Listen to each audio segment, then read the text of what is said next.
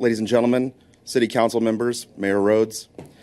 I come to you today as a resident of District 4 and a member of Lee Summit Citizens for Responsible Government. As you may be aware, our group successfully petitioned to have a measure placed on the ballot to recall Councilman Chris Moreno from his seat on City Council. As the April 4th election nears, more of his constituents are paying attention and seeking to educate themselves on the recall. This week, several District 4 residents reached out to Mr. Moreno via his official City Council Facebook page to ask for his side of the story. Initially, he responded to them by saying, "Message me and I'll tell you the truth in private." He even proposed that he would reply to a citizen if she would promise to put up a yard sign in support of him. When voters asked him to reply in public, he declined. Eventually, any comment that dared to ask him for an explanation was deleted and the offending resident banned from his page, effectively cutting them off from communicating with their city council representative. He cannot be allowed to treat people like this. Mr. Moreno has a sworn duty to represent everyone in his district, regardless of whether he agrees with them. If you think that banning you from his official page is the worst he's willing to do, you're wrong. Using his elected position, he got a man fired for daring to speak out. He published personal contact information for a longtime city volunteer and agreed to take it down only if she resigned, which she did.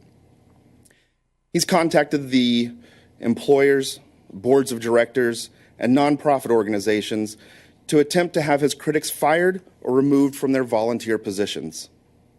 He cost the taxpayers hundreds of thousands of dollars in exchange for a kickback. Personally, he sent one of his friends, a guy with several convictions for violent crimes, to harass me on social media. The harassment got so bad, I had to involve the authorities.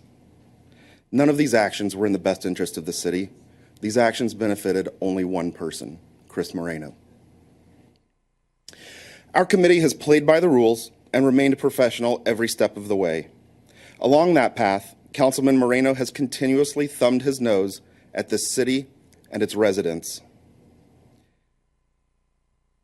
ignoring the city charter, making illegal motions, attempting to silence his critics, and failing to meet the basic standard for decency.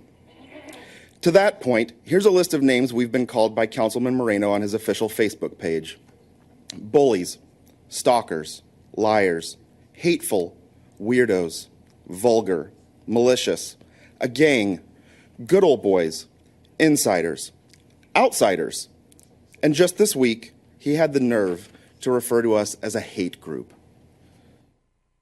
In interest of transparency, here's a list of names we have called him on our official page: Councilman and Mr. Mr. Moreno seems to believe that by trashing our group and anyone that supports us, that you will forget about his multiple transgressions or somehow accept his flimsy excuses.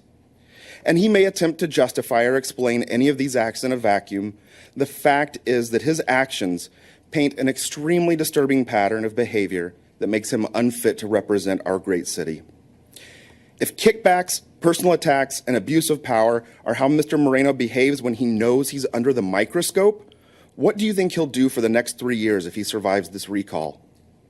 I urge all Lee Summit District 4 residents to take a look at the documentation on recallmoreno.com and, if you're convinced, vote yes on question 13. Thank you for your time.